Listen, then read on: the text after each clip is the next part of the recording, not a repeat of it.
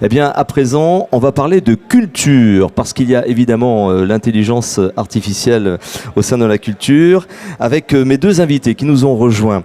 À mes côtés, il y a Nicolas Delaforge de la société Nemotix.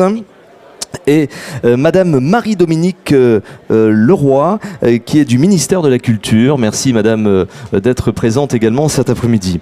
Donc on va parler culture, je le disais, knowledge, graph et données liées dans la culture. Expliquez-nous Nicolas un petit peu de quoi il s'agit. Merci. Il s'agit essentiellement de lier des données qui sont au départ éparpillées à travers de différentes institutions, différentes sources de données qui vont au final former un graphe de données qui vont permettre ensuite d'interopérer entre les différentes institutions de la culture.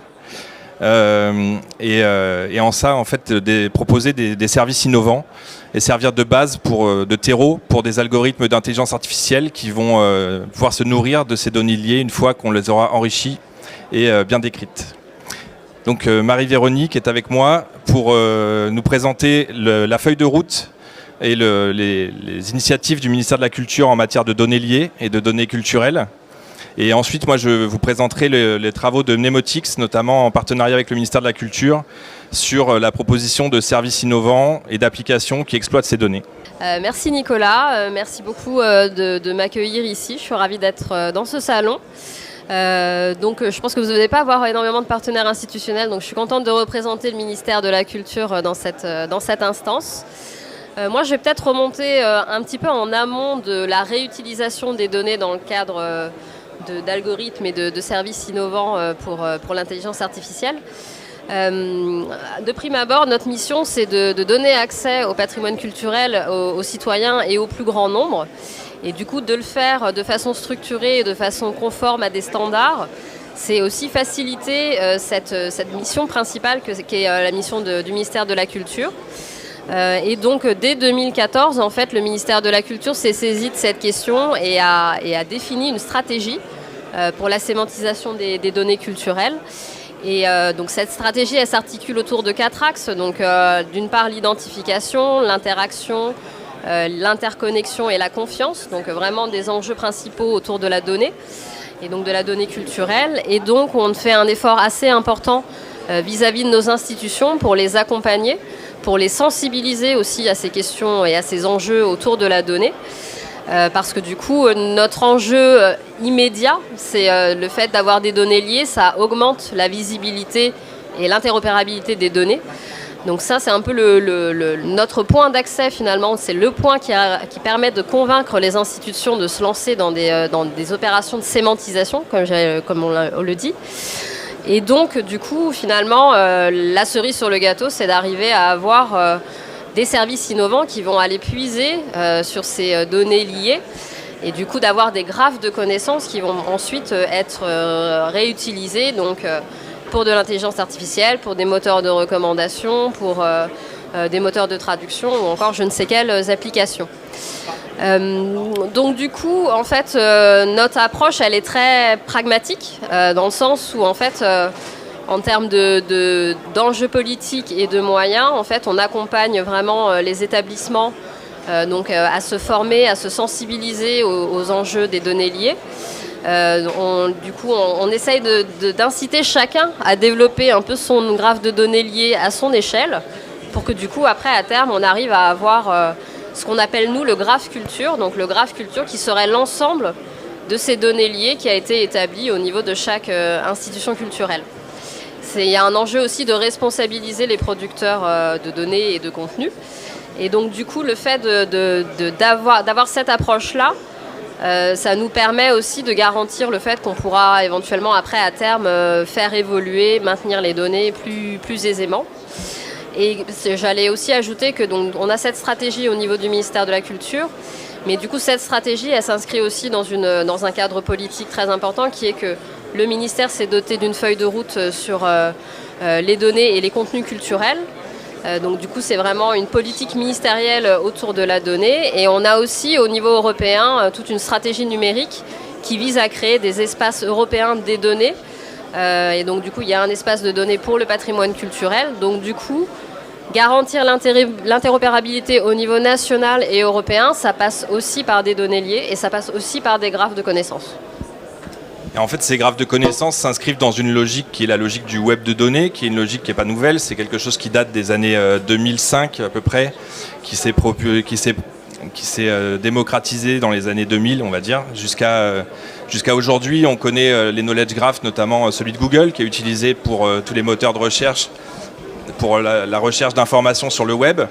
Il faut imaginer que le graphe de la culture, tel qu'il est proposé dans la feuille de route du ministère, c'est une façon de mettre en réseau toutes les institutions culturelles françaises, et pas que, aussi les institutions culturelles dans la francophonie, parce que ça peut marcher au Québec, ça peut marcher en Afrique francophone, ça peut marcher en Belgique, en Suisse, etc. Donc on a la possibilité de mettre en réseau des institutions culturelles qui vont ensuite pouvoir partager des informations, partager des données structurées, des données liées de qualité, qui vont ensuite servir de support à la création d'applications et de services innovants dans la culture, dans le tourisme aussi, c'est important pour pouvoir proposer des services de consommation d'objets touristiques, d'exposition, de données touristiques à des gens qui vont être en déplacement sur la Côte d'Azur par exemple. Et Nemotix, donc mon entreprise, est une entreprise qui développe des applications qui exploitent les données liées et notamment les données culturelles dans le cadre d'applications à destination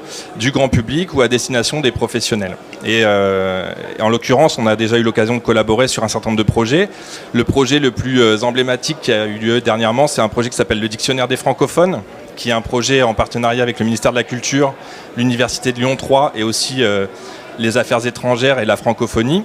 Le but étant de faire le dictionnaire des francophones, c'est-à-dire que c'est un dictionnaire du français, mais avec des significations. On reproche souvent au dictionnaire d'être très ethnocentré, d'avoir des définitions des mots du français qui est uniquement adapté à la signification pour les Français du territoire européen. Mais par contre, on n'a pas forcément des définitions pour les Québécois, pour les gens d'Afrique francophone, etc. Donc là, l'idée, c'était de faire un vrai dictionnaire à destination de tous les francophones. Et pour cela, il a fallu utiliser des technologies sémantiques qui ont permis d'agréger des données de la culture, qui venaient des différentes institutions de la francophonie, et de faire un grand graphe de la connaissance du français dans le monde entier, et de pouvoir proposer une application qui servirait au grand public à découvrir les significations du français de certains mots, certaines expressions qui sont spécifiques. Il y a des particularismes en Afrique noire, il y a des particularismes au Québec, il y a des particularismes en Belgique, en Suisse, etc., à Pondichéry. Et donc c'est un des projets qui a été en partie financé majoritairement d'ailleurs par le ministère de la Culture, qui a été lancé par le ministre de la Culture en mars 2021, si je ne m'abuse, et qui aujourd'hui est en ligne. Vous pouvez tous y aller sur le dictionnaire des francophones.org. Et on a eu la chance d'avoir été nominé pour faire cette application qui, je l'espère, va durer dans le temps et qui vous apportera un service de qualité. Oui, et d'accord. D'ailleurs, j'ajoute que, en fait, pourquoi on va aussi vers cette direction des données liées et des graphes de connaissances, c'est que du coup, ne serait-ce que par le fait d'identifier de façon unique et pérenne nos ressources, nos contenus et nos auteurs, c'est aussi un gage de pouvoir accroître leur visibilité et leur présence sur un web qui est très anglophone. Donc du coup, des initiatives et des projets comme le Dictionnaire des francophones, c'est aussi valoriser notre patrimoine culturel. Et du coup, cette approche en plus, puisque du coup le Dictionnaire des francophones est en plus collaboratif, donc on allie le sémantique avec du collaboratif, ce qui en plus n'enlève rien, parce que ça permet vraiment d'avoir quelque chose qui va être une matière vivante et qui va permettre en plus d'assurer la visibilité de notre patrimoine linguistique, en l'occurrence. Et donc du coup, c'est quasiment en fait un nouveau mode de contribution, ou en tout cas de circulation des données, de constituer ces graphes de connaissances. Si je parle d'une autre initiative à laquelle la France participe, et notamment le ministère de la Culture coordonne la participation, c'est Europeana, donc la bibliothèque numérique européenne, qui vise à donner visibilité à l'ensemble du patrimoine culturel.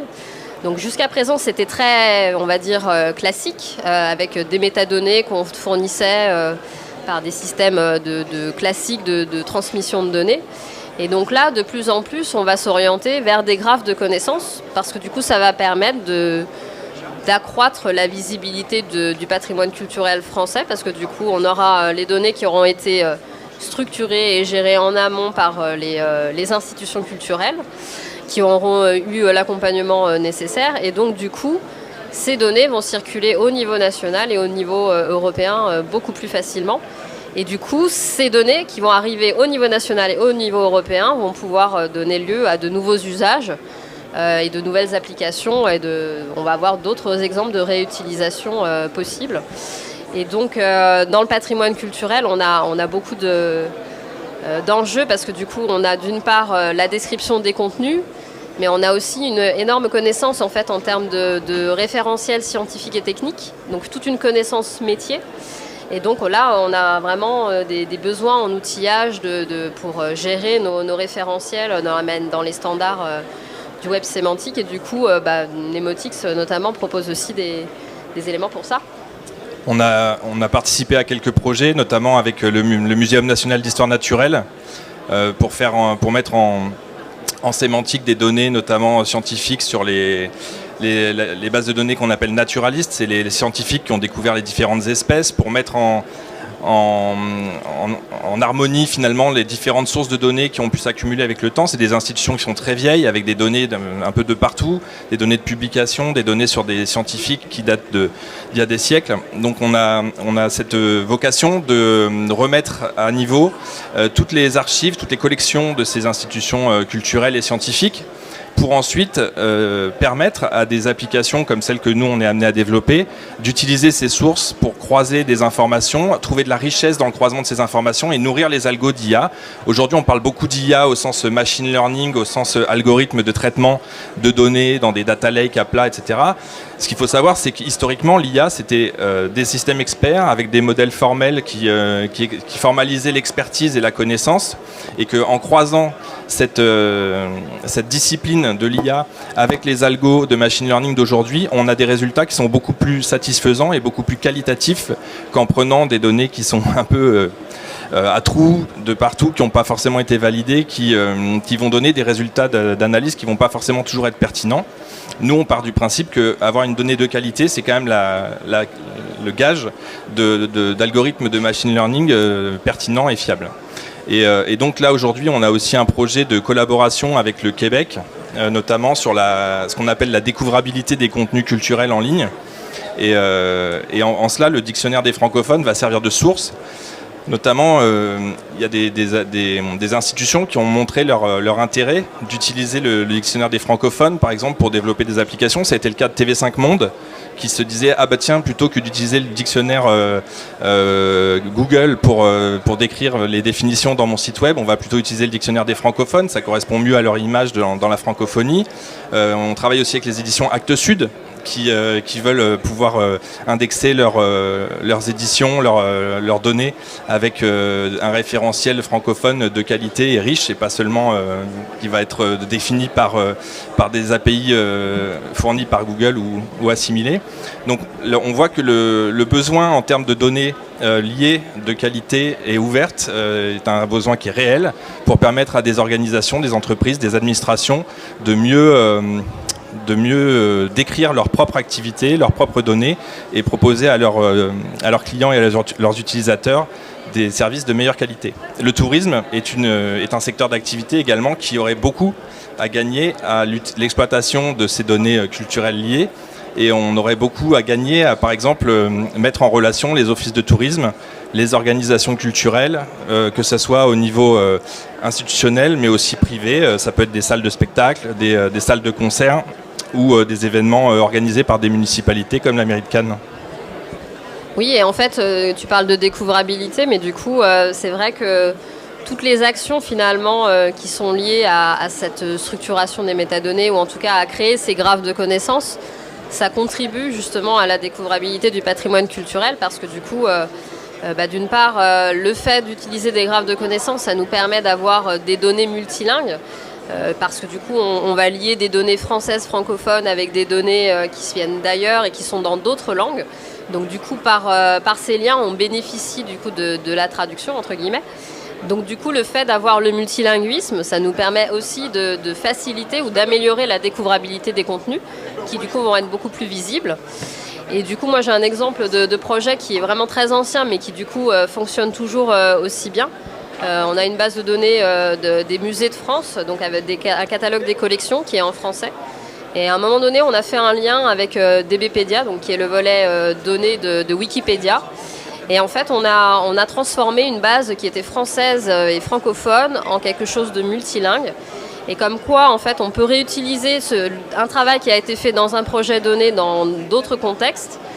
Du coup, en fait, ces alignements qui ont été faits à ce moment-là continuent d'être réutilisés, donc pour soit traduire automatiquement, soit du coup détecter des formes, parce que du coup, on va s'appuyer sur les référentiels métiers, la connaissance scientifique de nos partenaires culturels, pour pouvoir détecter telle ou telle forme, telle ou telle peinture, par exemple.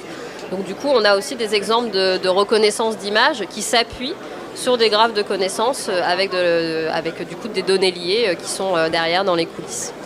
Alors, une des grandes forces des données liées et des knowledge graphs, en particulier dans la culture, mais plus largement sur le web, c'est que ce sont des technologies qui sont nativement interopérables, c'est-à-dire qu'elles permettent de faire des échanges de données en suivant des protocoles standards, qui sont les protocoles du web, entre des institutions qui n'ont pas forcément prévu de collaborer au départ, mais comme les modèles de données et les protocoles sont les mêmes, ça permet de faire des croisements qu'on n'avait pas forcément imaginés au début, et donc d'avoir beaucoup de richesse qui va sortir de ce croisement pour des services qui seraient potentiellement des services inventés par des startups de ce salon ou des startups de demain. Donc en fait, cette manière d'aborder la publication de données et le croisement d'informations, c'est quelque chose de très riche pour justement l'IA de demain, et je pense que c'est une technologie qui est restée assez confidentielle, notamment dans le secteur de la recherche et des institutions, notamment des services de documentation.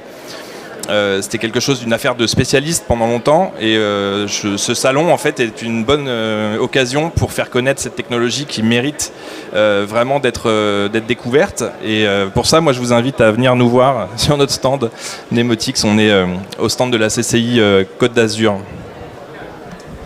Merci Nicolas. Peut-être que je conclurai quand même en disant qu'on a d'autres projets en préparation, on va dire, en fermentation, du coup justement qui permettront d'explorer plus avant aussi du coup la construction collaborative de ces graphes de connaissances pour justement donner un peu de matière pour ces algorithmes d'intelligence artificielle.